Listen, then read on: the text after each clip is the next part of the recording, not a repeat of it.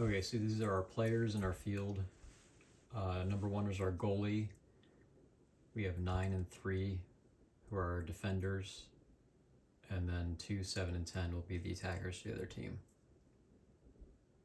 We'll be playing towards the goal with the goalkeeper, but I'm going to keep the players turned away from the camera so that the numbers can be used. So this will be the most simple explanation of offsides. Number 10 is further back towards the goal than the second to last defender. And they use the term second to last defender because the goalie would be a defender, because likewise, if the goalkeeper was not there and this was just any other player, this is the second to last defender. So in either case, that is still the second to last defender. So if the player on the attacking team is beyond the second to last defender, he is in an offside position. Now, the play is still live, he can be there, nothing is called, unless a play is made that involves him directly. So the two ways that this could play out would be number 7 dribbles the ball in,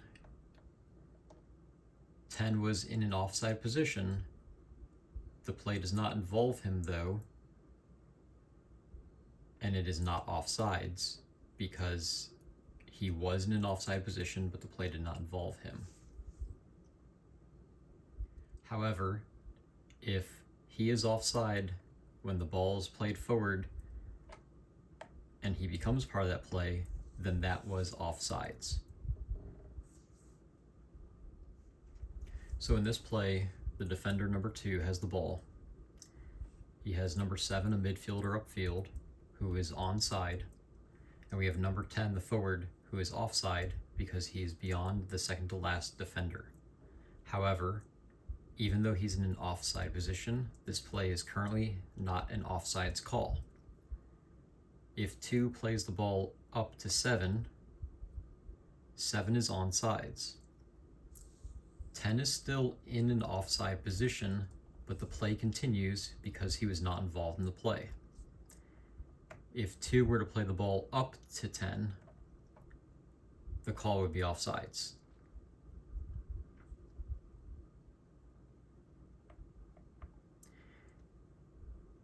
If 7 were to pass the second to last defender and then the ball is played to him, he is offsides. However, if 2 plays the ball long downfield and after the ball is played, 7 outruns 9 to the ball, he was in an onside position when the ball was played upfield, so this play is still onside, even though he is further in than the second to last defender, because he was onside when the play was made. So this play develops further, and 7 crosses the ball to 10. Because 10 is further back than the ball, he is currently onside. If 10 were further up than 7 and ahead of the ball, he would be offside.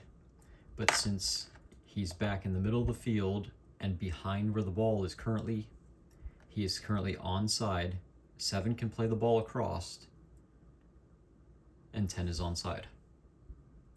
Now, offsides only matters when you're on the attacking half of the field. So even though in this unrealistic position, the last defender is across the midfield line and 7 is further back than the last defender, however, he's still on his own side of the field. So if 10 plays the ball up to 7, even though 7 is beyond the last defender and ahead of the ball, he is currently onside because he's still on his own side of the field. Now, this is slightly different when we have U10 soccer because of the build-out line, or what we refer to as the blue line. So with the blue line, besides being a build-out line for the defense when the ball is in the keeper's hand or on a goal kick, this is also where offsides will occur. So instead of being the midfield line, attacking players have a little bit more grace in how far forward they can be, beyond the last defender before offsides is called. So offsides would only come into play typically on your half of the field, but at the U10, that line is moved backward a little bit more so that there's a little more leeway for players to be in offside positions before it actually gets called and play is stopped.